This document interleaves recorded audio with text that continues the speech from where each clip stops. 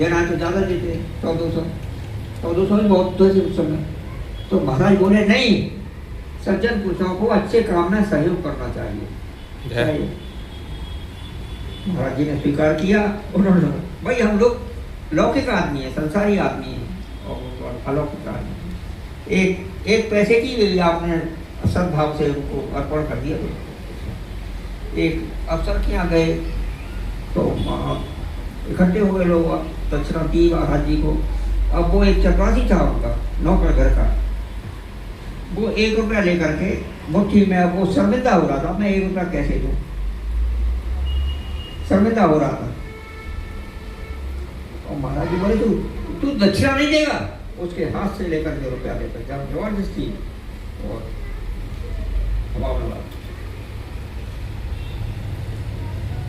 ईश्वर को, भगवान को समर्पित कर दिया, रुपया हो गया सबके सामने। संत को अर्पित किया होगा, संत ने भी भगवान को अर्पित कर दिया। उन्होंने जिन्होंने ज्यादा दिया उनके साथ ये लीला नहीं हुई। उस चपरासी के साथ 1 रुपया दिया था उसने, और उसने श्रद्धा से दिया था, और वो भी संकोच कर रहा था, मुट्ठी में बांधे हुए, तो उसे माफ करके। पुष्पांजलि में ऐसी बातों का ही वर्णन संक्षेप में है, पर अब मैं पुष्पांजलि सुना रहा हूँ। शरीर शांत हो गया है महाराज जी का, तो सब लोग अपनी अपनी श्रद्धांजलि अर्पित कर रहे थे। मेरी भी इच्छा हुई तो 2-4 लाइन मैंने लिखी, और पुष्पांजलि के नाम से विख्यात हो गई वो लोग। तो अर्पित पहली के लिए है कि मुझे बैठने नहीं दिया महाराज जी ने, सबको सबके साथ नहीं, मैंने तो अपने ऊपर ही लिखा है सब कुछ, और जो देखा, जो अनुभव में आया वो लिखा है। काहू को पठायो ठेल, काहू को भगायो वे, काहू को बुलायो टेल टेल के दिखायो। देखो इसमें समझ में तो नहीं आएगा आपने, ये इससे साथ गुरुदास शर्मा जी कहते थे कि इसकी आधी लाइन में भी 20 लीलाएं महाराज जी की छिपी हुई है। काहू को पठायो ठेल, देखिए मुझे बैठने नहीं दिया, ये तो आ गया पहली मेरे साथ हुई घटना। और काहू को पठायो ठेल, काहू को भगायो वे, इसकी भी बहुत सी बातें हैं, तो एक बात बताऊंगा मैं आपको। तो ऐसे ही देखो किताब लिखी है जो पहली अलौकिक क्या था, उसके लेखक बता रहे थे मुझे किताब लिखने से पहले, और लिखा भी है उन्होंने अपनी किताब में, कि इलाहाबाद की बात है, वो ड्यूटी पर जाते थे तो महाराज जी को प्रणाम करके जाते थे रोजाना। एक दिन देर हो गई ऑफिस के लिए, तो सोचा कि अब बाबा जी को प्रणाम करके नहीं जाऊँगा, मैं वैसे निकल जाऊँगा। और बाबा जी बाहर आकर निकल के बैठ गए और उनको बुला लिया, ज़बरदस्ती बुला लिया। वो उठे जल्दी में थे, तो अब बैठ गया, चलो बैठने दिया, नहीं बैठो और बैठो और बैठो। 1 बज गया, उसके बाद ड्यूटी पर नहीं आना है क्या, अब तो कह रहे हैं ड्यूटी पर नहीं जाना है, और चल दिए बेचारे।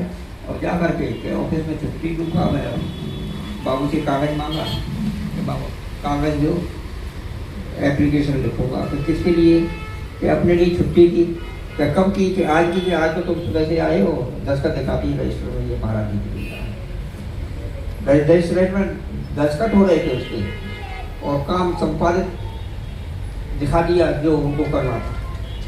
इससे ज़्यादा क्या प्रमाण होगा।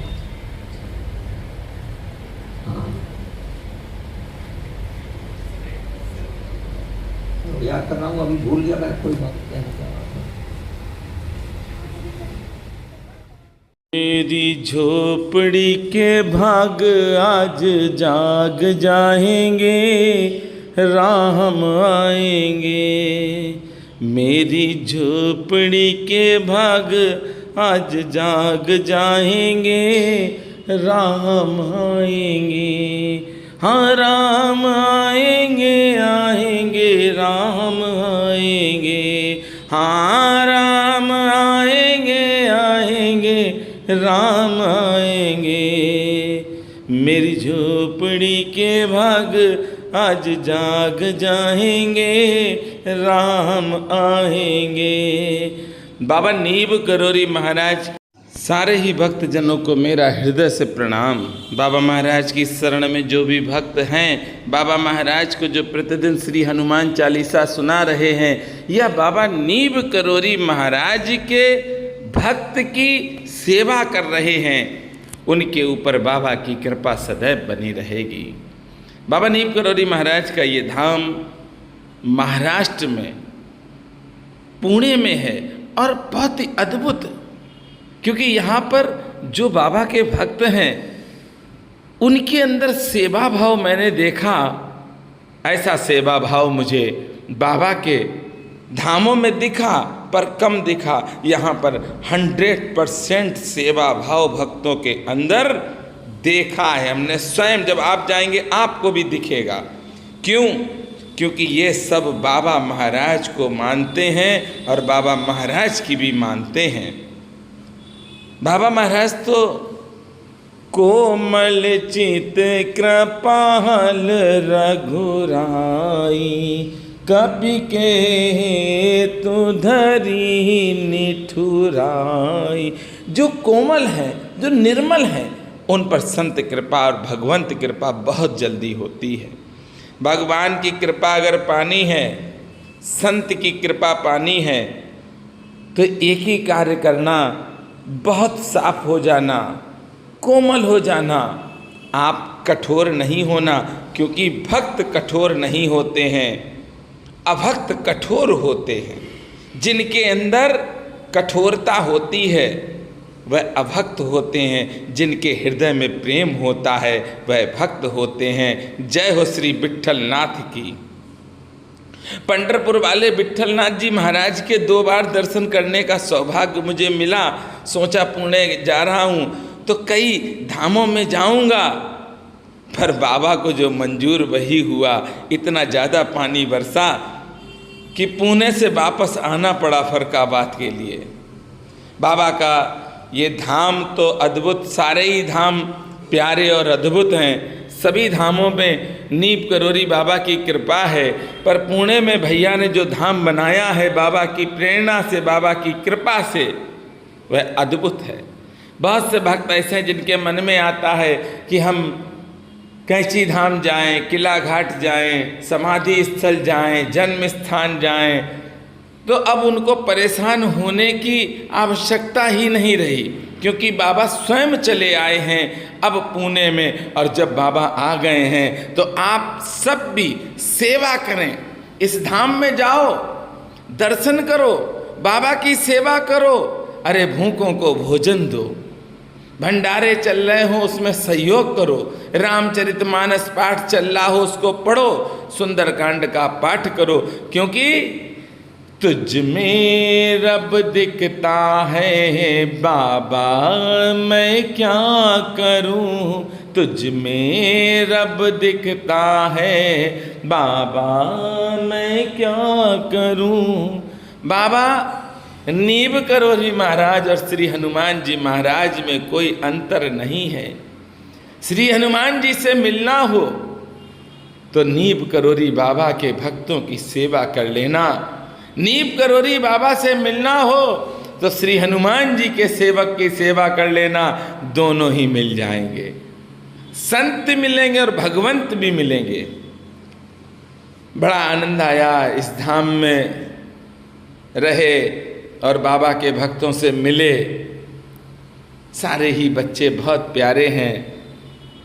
और सबसे बड़ी बात क्या है कि यहाँ पर जब भंडारा चला तो मैंने देखा कि इस धाम में जो सेवा कर रहे हैं बच्चे, वो सिर्फ खिलाने पर रहे, खाने पे नहीं।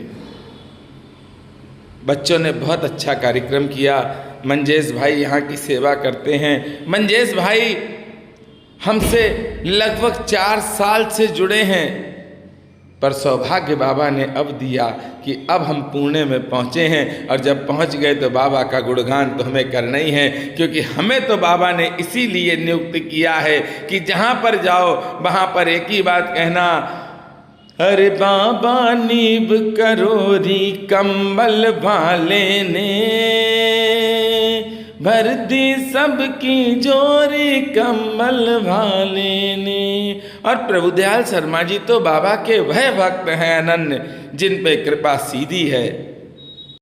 बाबा महाराज की, आप पर भी कृपा होगी बाबा महाराज की। बस बाबा महाराज को आप प्रतिदिन श्री हनुमान चालीसा सुनाएंगे, बाबा महाराज के किसी भी भक्त का आप अपमान नहीं करेंगे, बाबा महाराज के हर भक्त की अगर सेवा नहीं कर सकते हो तो आप किसी के लिए भी आज से गलत बोलना ही नहीं, सोचना ही नहीं। आपको निर्मल बनना है, भगवान का भक्त बनना है। जैसे प्रभु दयाल जी शर्मा पर बाबा नीप करोरी महाराज ने कृपा की, ऐसे ही है गुरुदेव भगवान हम सब पर भी आप अपनी कृपा करो और हम सब को भी अपनी शरण में रखो, दुखों से दूर रखना और बाबा ऐसी बुद्धि बनाना कि सबकी सेवा करें। बस यही संकल्प है हम लोगों का।